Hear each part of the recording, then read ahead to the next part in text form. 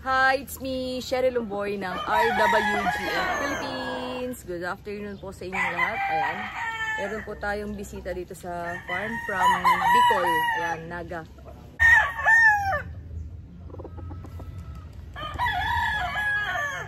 Isa sa mga nakuha po nila. Papakabait ka din, eh.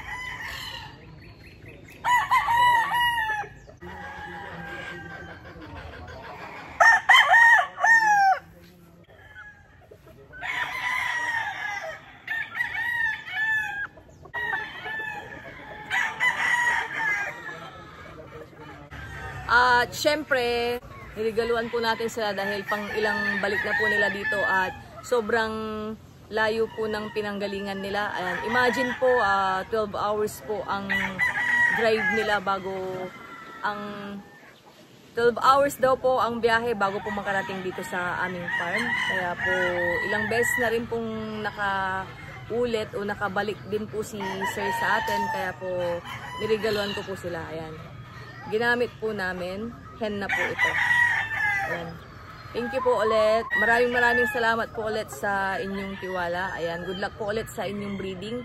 Ngayon, meron na rin po silang naitaling 200 na stag. Ang lahat po galing po sa amin. Ayan, kausap ko po kanina yung breeder po nila. So, nakapag-produce sila ngayon ng 200 stags. Ayan, lahat. 200 stags po nakatali na rin po sa kanilang farm sa Bicol. Thank you po.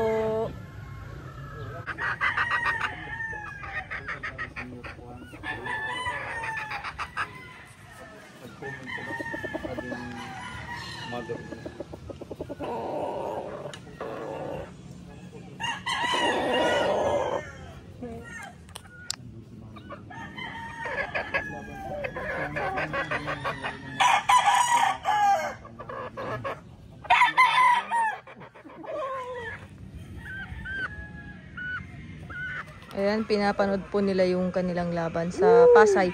Ano po yan, sir? Bull stag po? Stag po? Stagan po? Bali, 7 manok po yung dala nyo. 8 po. Ilan po yung talo nyo? 8 po yung dala nyo. Ayan po, from Bicol. Ayan, nag-drive po ng 12 hours to 14 hours po, Naga. Para lang po makarating sa atin dito sa RWGF. Pangasinan po kami. Pang-anim na balik na po ni Sir. Ayan po si Sir Arthur. Pang-anim na balik na po dito sa farm. Simula nung pandemic po, una nakuha nila sa atin yung mga day old hanggang sa napalaki po nila.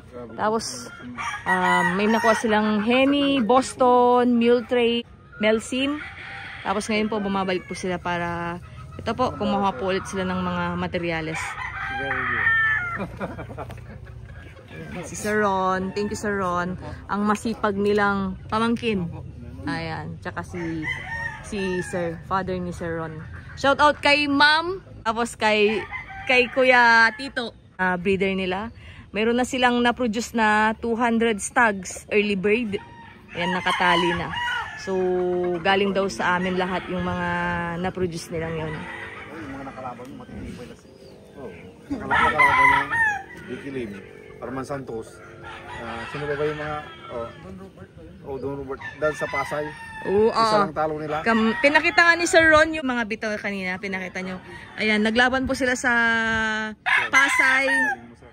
Ayan, kamakailan lang din po yun, no?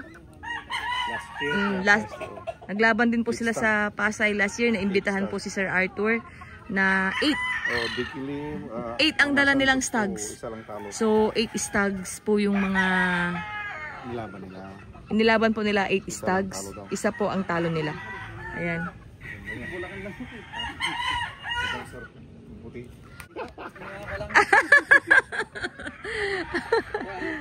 Sige, picture tayo. Pabumba nyo si Kara. Ikaw din, Sir Ron. Ikaw na. Tayo muna. Pa-video na lang. Muna. Ito po, si Sir Arthur po, pang-anim na balik. Tinanong din po natin sa kanila kung kumusta yung mga nakuha nilang mga manok sa atin. Siyempre po, may panalo at meron din pong talo. Pero mas mas lamang pa rin po ang panalo nila. Ayan po. Thank you, sir. Ano ba yung entry ninyo doon? Ano po yung entry ninyo doon, sir? ESW. ESW. ESW po? Ano po yun? Laging yun ang ginagamit ninyo? ESW po yung kanilang entry name. Ayan, from Bicol.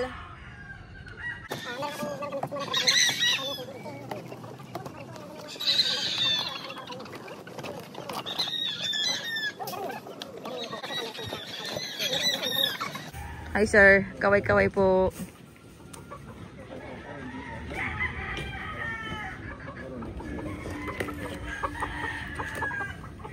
Mga idols po yung mga kabitawan ninyo sa Pasay. Ayan, mga idol po namin yung mga kabitawan nila sa Pasay. Yun yung mga big talaga sa Pilipinas. Ayan po, maraming salamat po Sir Arthur at sa mga kasama po ninyo hanggang sa susunod po. Good luck po ulit sa inyong breeding. Bye-bye po and God bless.